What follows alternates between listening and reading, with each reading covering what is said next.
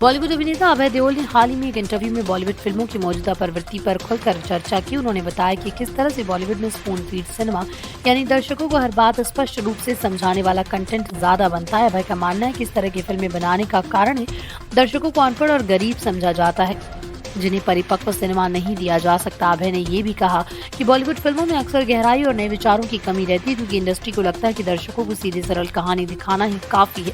उन्होंने उम्मीद जताई कि आने वाले समय में बॉलीवुड इस सोच से आगे बढ़ेगा और दर्शकों को ऐसा कंटेंट मिलेगा जो उन्हें सोचने पर मजबूर कर सके।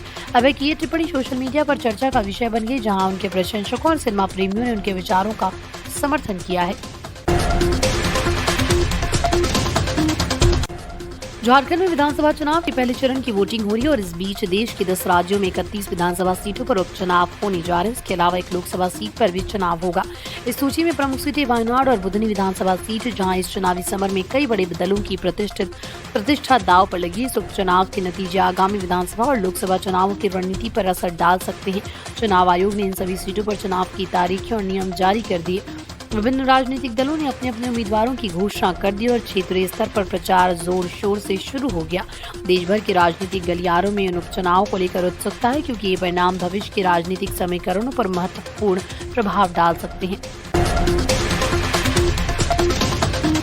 झारखंड हाईकोर्ट ने भारतीय क्रिकेट टीम के पूर्व कप्तान महेंद्र सिंह धोनी को एक मामले में कोर्ट में पेश होने का आदेश दिया। ये मामला एक पुराने वित्तीय विवाद से जुड़ा हुआ बताया जा रहा है, जिसमें धोनी पर कुछ कानूनी प्रक्रियाओं का पालन न करने का आरोप है। जानकारी के अनुसार धोनी को इस संबंध में अदालत से नोटिस मिला है, जिसमें उनसे अदालत में व्यक्तिगत रूप से हाजिर होकर अपनी बात रखने का आदेश दिया गया।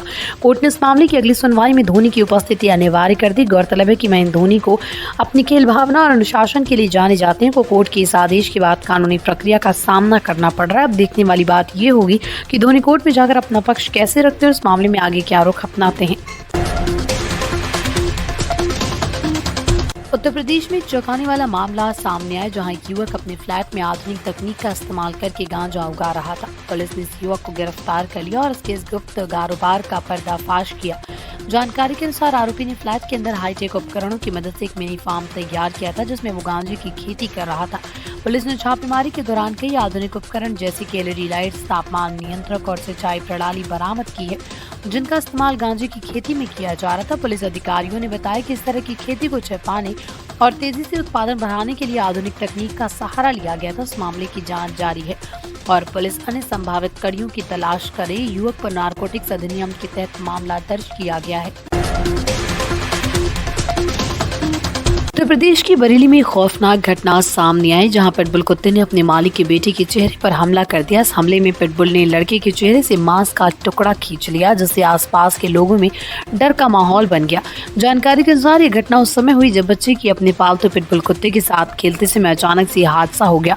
पिटबुल जैसे आक्रामक नस्ल के कुत्तों को पालने के फैसले पर अब लोग सवाल उठा रहे हैं। बरेली में हुए इस हादसे ने एक बार फिर पिटबुल जैसे कुत्ते की सुरक्षा पर बहस छेड़ दी। अधिकारियों ने इस घटना को लेकर जांच शुरू कर दी और लोगों को पालतू कुत्तों, विशेषकर पिटबुल जैसे आक्रामक नस्ल के कुत्तों के प्रति सतर्क रहने की सलाह दी है। भारत में स्वच्छ ऊर्जा की बढ़ती आवश्यकता को देखते हुए केंद्र सरकार ने राज्यों से आग्रह किया है कि वो अपनी अपनी राज्य की सीमाओं में परमाणु ऊर्जा संयंत्र स्थापित करें। ऊर्जा मंत्री मनोहर लाल ने इस दिशा में निजी निवेश को प्रोत्साहित करने और विद्युत प्रसारण नेटवर्क को सुधारने की आवश्यकता पर जोर दिया। उनका मानना है कि कोयला संयंत्रों के स्थान पर परमाणु संयंत्रों की स्थापना से स्वच्छ और सुरक्षित ऊर्जा का उत्पादन किया जा सकेगा। वर्तमान में भारत में 24 सक्रिय परमाणु ऊर्जा संयंत्र हैं, जो देश की कुल ऊर्जा जरूरतों का एक महत्वपूर्ण हिस्सा बन चुके हैं। इन संयंत्रों के माध्यम से भारत अपनी ऊर्जा उत्पादन क्षमता में वृद्धि कर सकता है और पर्यावरण संरक्षण की दिशा में भी अहम कदम उठा सकता है। केंद्र सरकार की पहल प्रधानमंत्री नरेंद्र मोदी की स्वच्छ ऊर्जा मिशन से मेल खाती है, जो वैश्विक स्तर पर भारत की ऊर्जा नीति को पुनः आकार देने का प्रयास कर रही है। दिल्ली पुलिस के स्पेशल सेल ने मोगीली नामक शूटर को गिरफ्तार किया, जो दिल्ली के नागलोई और अलीपुर इलाके में हुई फायरिंग घटनाओं में शामिल था। मोगीली पर कई गंभीर आरोप थे और वो लंबे समय से पुलिस की रडार पर था। स्पेशल सेल ने उसे पकड़ने के लिए ऑपरेशन चलाया, जिसमें मोगीली ने भागने की कोशिश की और पुलिस के साथ मुठभेड़ हुई। मुठभेड़ के दौरान मोगीली के पैर में गोली लग गई, जिसके बाद उसे तत्काल अस्पताल में भर्ती कराया गया। गिरफ्तार किए गए आरोपी के खिलाफ दिल्ली में कई आपराधिक मामले दर्ज हैं। उसकी गिरफ्तारी से पुलिस ने राहत की सांस ली है। दिल्ली पुलिस ने इस ऑपरेशन की सफलता को अपनी टीम के साहस और रणनीतिक योजना का परिणाम बताया। मोगीली की गिरफ्तारी से दिल्ली में बढ़ते अपराध और गैंगवार को लेकर चिंता जताई जा रही है और पुलिस ने इस पर कड़ी निगरानी रखना शुरू कर दिया है। खालिस्तानी आतंकवादी गुरवंत सिंह पन्नू ने एक वीडियो जारी कर 16 और 17 नवंबर को राम मंदिर में हिंसा करने की धमकी दी। पन्नू ने न केवल राम मंदिर के संदर्भ में चेतावनी दी, बल्कि कनाडा में भारतीय मूल के सांसद चंद्र आर्य को भी धमकी दी। इस धमकी के बाद अयोध्या में सुरक्षा व्यवस्था और चौकसी को बढ़ा दिया गया। रामनगरी में आने जाने वाले रास्तों पर सुरक्षा बढ़ा दी गई और पुलिस की ओर से नियमित चेकिंग की जा रही है। पुलिस प्रशासन ने धार्मिक स्थल की सुरक्षा को सर्वोच्च प्राथमिकता दी है। अयोध्या में तैनात पुलिस और सुरक्षा बलों की संख्या बढ़ाई गई ताकि किसी भी अप्रिय घटना से निपटा जा सके। अधिकारियों का कहना है कि वो पन्नू की धमकी को गंभीरता से ले रहे हैं और किसी भी प्रकार की शांति भंग करने वाली गतिविधियों को रोकने के लिए पूरी तरह से तैयारी है।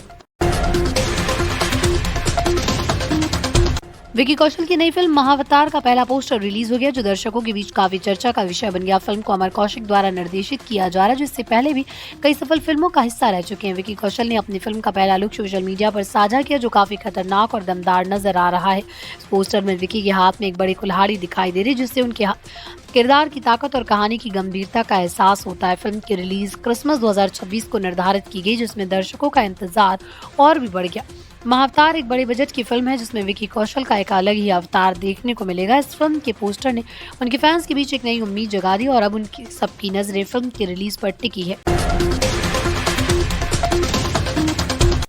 बिहार के एसएस उच्च विद्यालय से इंटर कॉलेज सोमवार को आयोजित परीक्षा के पहले दिन लगभग 100 छात्रों को जींस पहनकर स्कूल पहुंचे होने के कारण प्रवेश से मना कर दिया गया। इसके अलावा इन छात्रों की उपस्थिति भी 75% से कम थी।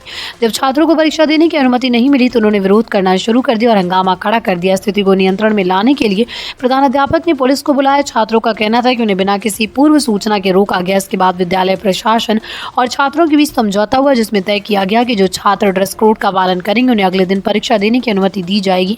ये घटना स्कूल में अनुशासन और नियमों को लेकर गंभीर चर्चा का विषय है।